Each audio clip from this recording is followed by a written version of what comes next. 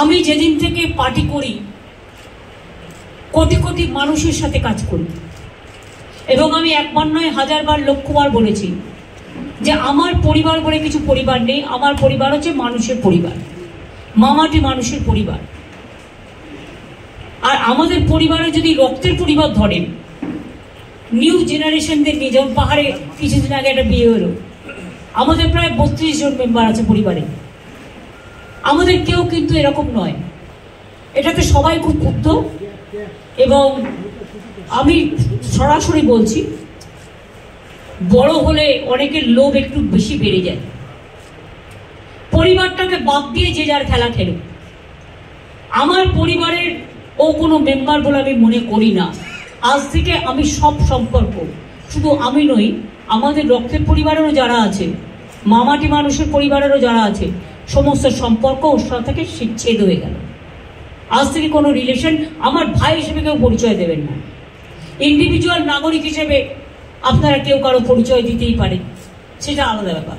কিন্তু প্লিজ দয়া করে আমার নামটা ইউজ করবেন না, বিকজ আমি টোটাল ডিসঅ্যাসোসিয়েট করে দিয়েছি আমাদের ফ্যামিলি বন্ডিং, নো রিলেশন।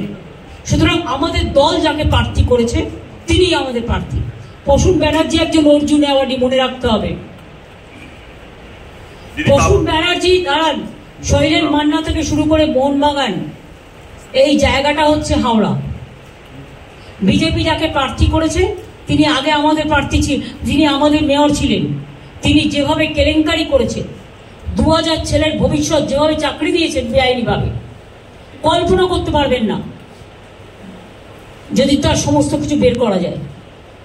আর যে ভদ্রলোকের নাম আপনারা বলছেন, আমি আপনাদের বলি তার অনেক কাজকর্মই আমার অনেক দিন ধরে পছন্দ নয়।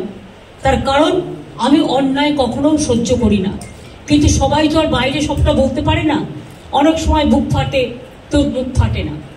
সুতরাং এই নিয়ে আমার তর্ক বিতর্কের ব্যাপার নেই। আমাদের দলীয় প্রার্থী প্রসূন ব্যানার্জি, যে যেখানে ইচ্ছে যেতে পারে। কিছু লোক নির্বাচনে আসলেই কাউন্সিলরেও দাঁড়াতে হবে, এমএলএতেও দাঁড়াতে হবে, আর এমপিতেও দাঁড়াতে হবে।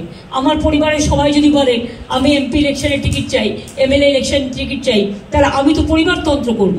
আমি পরিবারতন্ত্র করি না, আমি মানুষতন্ত্র করি। আমি সবাইকে বলবো আমার সাথে কোনো সম্পর্ক রাখবেন না। যে আমার সাথে কোনো সম্পর্ক ছিল একদিন, ভুলে যান। আজ থেকে কোনো সম্পর্ক থাকবে না।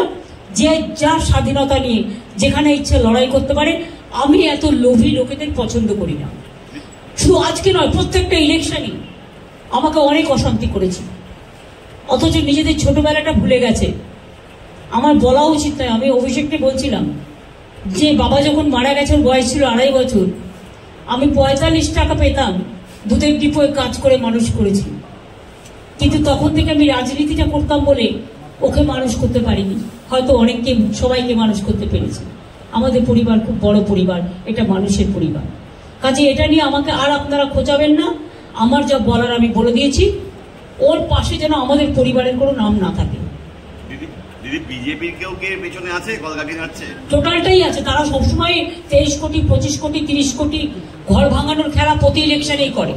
এর আগেও আমি অনেক দেখেছি, অনেকবার, বারবার। কিন্তু আমি তাও বলি, ওরাই তো পরিবারতন্ত্রের কথা বলে, কিন্তু আমি পরিবারতন্ত্র করি না। একটা জলজান্ত উদাহরণ দিয়ে দিলাম। আমি মানুষের পরিবার করি। এবং প্রসূন ব্যানার্জি আমাদের প্রার্থী। প্রসূন ব্যানার্জিকে জেতানোর দায়িত্ব আরো বেশি আমাদের বেড়ে গেল। আর আমি আমাদের তৃণমূল কংগ্রেসের সকলকে বলবো, যারা আমাকে একটু ভালোবাসেন, মামাটি মানুষ যারা আমাকে একটু ভরসা করেন, প্রসূন ব্যানার্জির প্রতি আপনাদের দায়িত্ব আরো বেড়ে গেল, দায়বদ্ধতা বেড়ে গেল। যেহেতু প্রসূন আমাদের প্রার্থী আর তাকে চ্যালেঞ্জ করেছে কিছু লোভী লোক, আমি এটাকে সাপোর্ট করবো না। সে তো স্বীকার করেছে বিজেপির সাথে রিলেশন আছে, সে তো স্বীকার করেছে। তো নতুন করে বলার কি আছে?